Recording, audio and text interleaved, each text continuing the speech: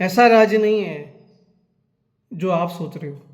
जैसे कई लोगों ने कहा है कि वो इम्पीरियल एजेंडा है, वो अमेरिका को इधर, अमेरिका का प्रेसिडेंट इधर का प्रेसिडेंट बनाने की कोशिश कर रहे हैं, या फिर इंग्लैंड का राजा यहाँ का राजा बनने की कोशिश कर रहा है। उसकी कोई ज़रूरत ही नहीं है। उनके पास इतना पावर है कि जीसस का नाम बिना लिए ही वो अगर चाहें तो भारत को, क्या पूरे के पूरे भारत, बांग्लादेश, पाकिस्तान, अफगानिस्तान को खरीद सकते हैं, खरीद सकते हैं। और अगर चाहे तो मिलिट्री के बल पे ले सकते हैं। लेकिन वो ऐसे देश नहीं है। यूरोप भी ऐसा नहीं है। हम जानते हैं कौन ऐसा करना चाहता है, कौन ऐसे करने की कोशिश कर रहा है। वो सब टेररिस्ट लोग हैं। इवन सऊदी का राजा तक नहीं चाहता ऐसा कोई राज्य बनाना। तो हमें ये बात समझनी चाहिए कि जब हम एक गरीब इंसान की बेइज्जती करते हैं और उसको मारते हैं क्योंकि वो जीसस में विश्वास कर रहा है और जीसस का प्रचार कर रहा है, तो जीसस को पहले दुख होता है। जीसस ने कहा कि कोई भी अगर तुमको मारेगा पीटेगा मेरे नाम पे, तो वो मेरे को मार रहा है, मेरे को पीट रहा है। वो तुम्हारी बेइज्जती नहीं कर रहा है, मेरी बेइज्जती कर रहा है। वो तुमसे घृणा नहीं कर रहा है, वो मुझसे कर रहा है। और उसका जो पनिशमेंट है ऊपर से आएगा। मेरा एक अनुभव मैं आपको बताता हूँ। मेरा एक भाई था, कजिन, उसने, मैं जीसस में जब विश्वास किया मैंने, तो कई लोगों को कन्फ्यूजन हुआ कि ये इस मार्ग में क्यों जा रहा है, ये हिंदू धर्म छोड़ रहा है, ऐसा वैसा है करके। अभी तो कई लोग समझ गए हैं कि मैं किसी का नुकसान करने के लिए या अपने आप को बड़ा साबित करने के लिए मैंने जीसस में विश्वास नहीं किया है। मैंने अनंत जीवन के लिए जीसस में विश्वास किया है, पूरा अच्छे से बाइबल को और मेरी जो पुरानी किताबें हैं उनको पढ़ने के बाद। एक तरह से देखें तो रामचरितमानस, भगवत गीता, विवेकानंद, योगा, ये सब मेरे लिए स्टेपिंग स्टोन्स थे। बीच में मैंने कुरान भी पढ़ी थी। ये सब मेरे लिए ज्ञान के स्रोत थे, सोर्सेस ऑफ नॉलेज थे। और इनके द्वारा मैं परमेश्वर से करीब आना चाहता था। और जब मेरे को ये समझ में आया कि मेरे को आने की ज़रूरत नहीं, परमेश्वर खुद मेरे करीब आ रहा है जीसस के थ्रू। परमेश्वर खुद मेरे से मिलना चाहता है जीसस के थ्रू। मैं जितना परमेश्वर से मिलना चाहता हूँ उससे ज़्यादा वो मुझसे मिलना चाहता है। मैं जितना मेरे पाप धोने की कोशिश कर रहा हूँ, मैं जितना मेरे पिछले जन्म के पाप धोने की कोशिश कर रहा हूँ, मैं जितना कंसंट्रेट करके परमेश्वर से एक होने की कोशिश कर रहा हूँ, उससे ज़्यादा कोशिश परमेश्वर खुद कर रहा है मुझसे मिलने के लिए। मेरे पाप धोने के लिए, मेरे पुराने पाप और अब के पाप, जो भी पाप अगर दुनिया मेरे ऊपर लगा रही है, वो सब साफ करने के लिए, पूरे के पूरे मिटाने के लिए, उसका दंड पूरी तरह से मिटाने के लिए जीसस, जो भगवान परमेश्वर खुद है, वो इंसान बन गया। उसने अपने आप को दीन कर दिया, इंसान बन गया। और आमतौर पे सिर्फ पापी इंसान को सज़ा मिलनी चाहिए, सिर्फ पापी इंसान को मृत्यु का दंड मिलना चाहिए। बाइबल ऐसा कहती है कि जब इंसान ने पाप किया उसके बाद में मृत्यु आई। मृत्यु पाप का दंड है। हम लोग सब मरेंगे, ये तो हम सब जानते हैं। मृत्यु सबके लिए कॉमन फैक्टर है। लेकिन हम ये नहीं सोचते कि मृत्यु जो है वो पाप का दंड है। बाइबल के हिसाब से मृत्यु जो है वो पाप का दंड है। अगर ये दंड आपको भी, मुझको भी, सबको मिलने वाला है, तो हम सब ऑटोमेटिकली पापी हैं। ऐसा कोई भी नहीं है जो ये कह सकता है कि मैं चिरंजीवी हूँ, मरूंगा ही नहीं। अगर आप चिरंजीवी नहीं हो, अभी तक आप चिरंजीवी नहीं बने हो, अगर मृत्यु आपको आ सकती है तो आप में पाप है, चाहे आप मानो या ना मानो। पाप की वजह से ही इंसानियत जो है उसमें रोग, बीमारियां, मृत्यु और सड़न, और पूरा जो ब्रह्मांड है, पूरा जो संसार है, इसमें भी सड़न और बीमारियां आई है।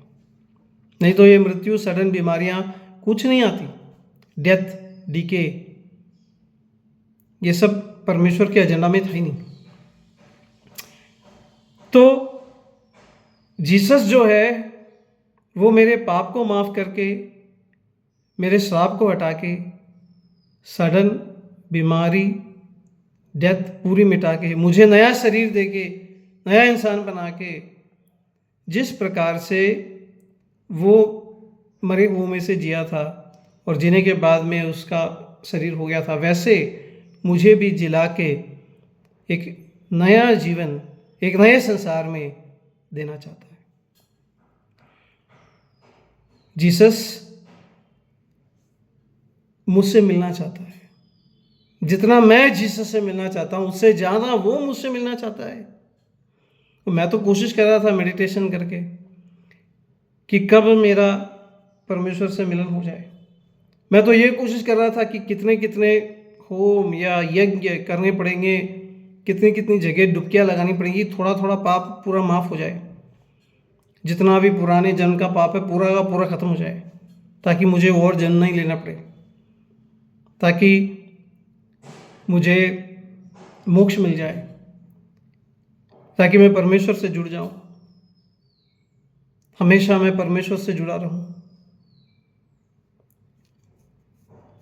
लेकिन जब मेरे को मालूम हुआ कि जीसस यानी कि परमेश्वर खुद अपने आप ये इनिशिएटिव ले रहा है, अब मैं इनिशिएटिव लेके परमेश्वर और मेरे बीच में जो अड़चन है उसको दूर करने की कोशिश कर रहा हूँ, वो आसान है या परमेश्वर जो है वो खुद इनिशिएटिव ले रहा है और मेरे और परमेश्वर के बीच में जो भी अड़चन है वो खुद हटा रहा है, वो ईजी है।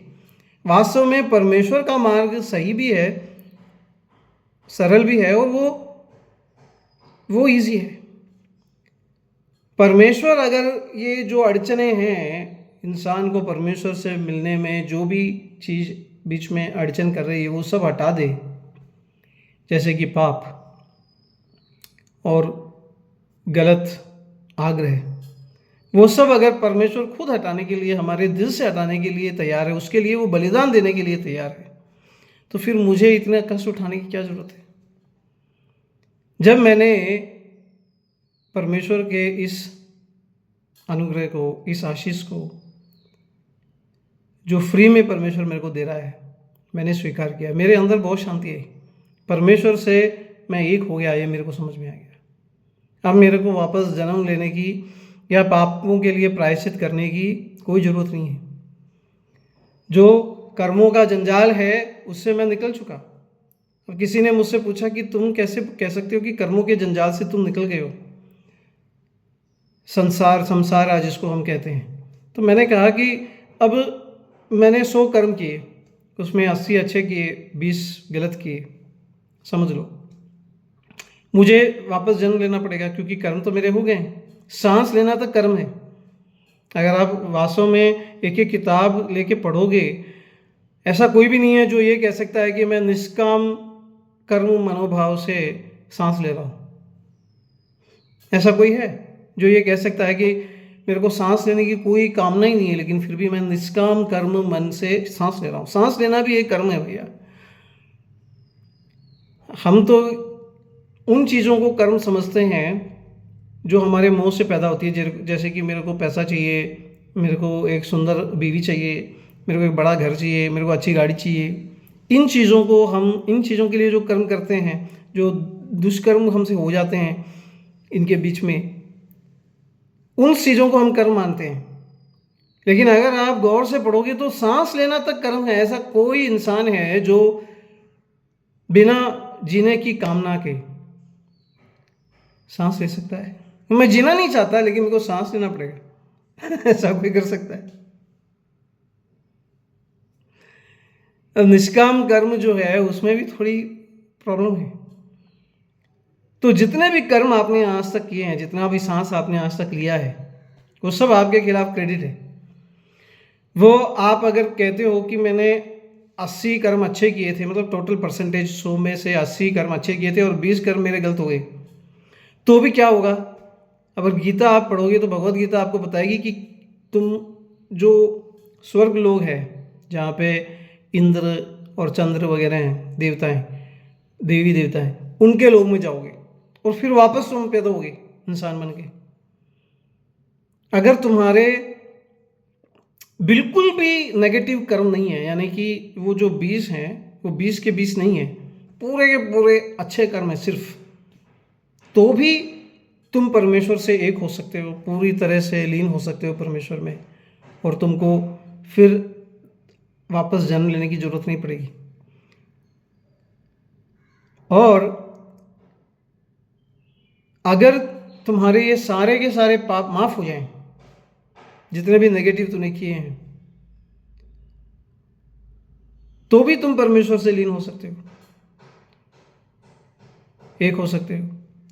और अगर तुमने कोई कर्म किया ही नहीं है, यानी कि सारा कर्म तुम्हारा खत्म कर दिया तुमने, तो भी तुम परमेश्वर से एक हो सकते हो। अब सारा कर्म तो खत्म नहीं कर सकते, इतने कर्म की डेफिनेशन है कि इंसान जो है वो सोचेगा तो भी वही कर्म हो गया। अब सोचना हम कैसे बंद करें? अपने आप से आते हैं सोच। तो कई लोग बोलते हैं कि माइंडफुलनेस करो। अरे माइंडफुलनेस बोले तो माइंडलेसनेस है, वो तो मेरे को बाद में मालूम हुआ जब मैंने माइंडफुलनेस करना शुरू किया, अभी नहीं, बहुत साल पहले की बात कर रहा हूँ मैं।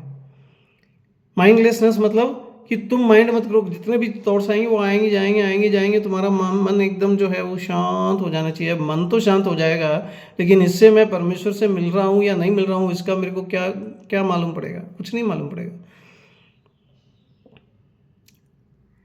कुछ नहीं मालूम पड़ेगा।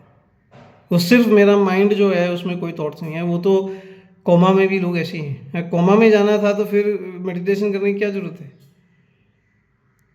थॉट्स नहीं आते ऐसा कहते हैं, लेकिन मेरे को, मैं ये समझता हूँ कि कोमा में भी थॉट्स होते हैं। अब थॉट्स जो हैं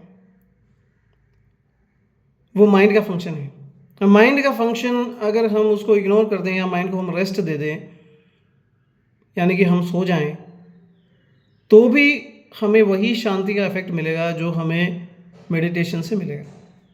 वो एक अच्छी बात है, उसको छोड़ने की ज़रूरत नहीं है। मैं भी मेडिटेशन करता हूँ, उस प्रकार का भी करता हूँ। सांस अंदर लेना, सांस छोड़ना, सांस को कंट्रोल करना, प्राणायाम, ये सब मैं करता हूँ। ये सब फिजिकल बॉडी के लिए अच्छे हैं, लेकिन परमेश्वर के से योग प्राप्त करने के लिए इनकी एफिशिएंसी कितनी है, वो अभी भी मेरे मन में क्वेश्चन मार्क है। अब ये बात आप सोच के देखिए कि कर्मलेस होना, यानी कि बिल्कुल भी थॉट भी नहीं है, सांस भी नहीं है, कुछ कर्म नहीं है, वो क्या, वो सिचुएशन क्या है? उसको कहते हैं मृत्यु। जैसे शवासन में हम कोशिश करते हैं लेकिन नहीं होता है, तो वो सिचुएशन में आना है। उसको अगर आप कहते हो कि मैं परमेश्वर से मिल गया, तो फिर दुनिया में जीने की क्या जरूरत है? और वो सिचुएशन में रह के अगर आप जीना चाहते हो कि मैं हमेशा ऐसे रहूं कि सब चीज़ से डिटैच रहूं और एकदम मरा हुआ रहूं, तो आप कोई भी चीज़ ज़िंदगी में एंजॉय नहीं कर सकोगे। एक फल का टेस्ट तक एंजॉय नहीं कर सकते। टेस्ट एंजॉय करते हैं, आपको लगेगा कि मैंने कुछ गलत कर दिया है। वो गलत कर दिया है, जो विचार है वो भी कर्म हो गया। वो विचार भी नहीं आना चाहिए कि मैंने कुछ गलत कर दिया है। तो इस प्रकार से अगर आप देखोगे तो इस कर्मों के जंजाल से मुक्ति पाना असंभव है। वो मुक्ति पाने के लिए एक ही सरल और सही उपाय है, और वो उपाय परमेश्वर का उपाय है। मैंने नहीं वो डिस्कवर किया है। वो उपाय ये है कि तुम्हारे जितने भी नेगेटिव कर्म है, जितने भी पाप है, उसको परमेश्वर फ्री में माफ़ कर रहा है। तुमको कुछ नहीं करना है। अब जेल के अंदर जो व्यक्ति है वो क्या अपनी बेल ले सकता है? नहीं ले सकता। पूरा संसार पापी है, सब लोग मरेंगे, सब लोग जेल के अंदर हैं शैतान की। क्या हम लोग अपने एक दूसरे की बेल ले सकते हैं? नहीं ले सकते। कोई दूसरा जिसने पाप नहीं किया है, जो जेल के अंदर नहीं है, जो मरेगा नहीं, जिसमें मृत्यु का कोई प्रभाव नहीं है जिसके ऊपर, उसको आना पड़ेगा। और वैसा व्यक्ति था जीसस। मैंने पहले कहा कि जीसस को मरने की कोई ज़रूरत नहीं थी। जीसस मर नहीं सकता था, सिर्फ पापी मरता है। इंसान ने पाप किया, मृत्यु आई।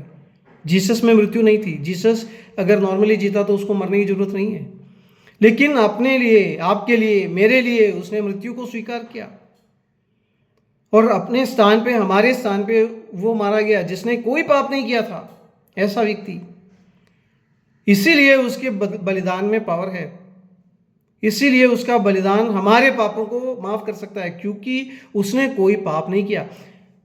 अब हमारे पाप, अगर पापों का दंड अगर वो ले रहा है, तो इसका मतलब ये है कि एक पाप को परमेश्वर एक ही बार सजा दे सकता है, दूसरी बार नहीं दे सकता। अगर तुम्हारे और मेरे सारे के सारे पाप जीसस में दंडित हो गए हैं, तो फिर तुम्हें वापस दंड भुगतने की जरूरत नहीं है। जीसस जेल खोल रहा है, तुमको बेल दे रहा है, तुम निकल जाओ जीसस के साथ, क्योंकि उसने ये काम तुम्हारे लिए कर दिया है। कोई भी व्यक्ति जो डूब रहा है वो अपने ही बाल पकड़ के अपने आप को बचा सकता है? नहीं, उसको दूसरा आदमी चाहिए।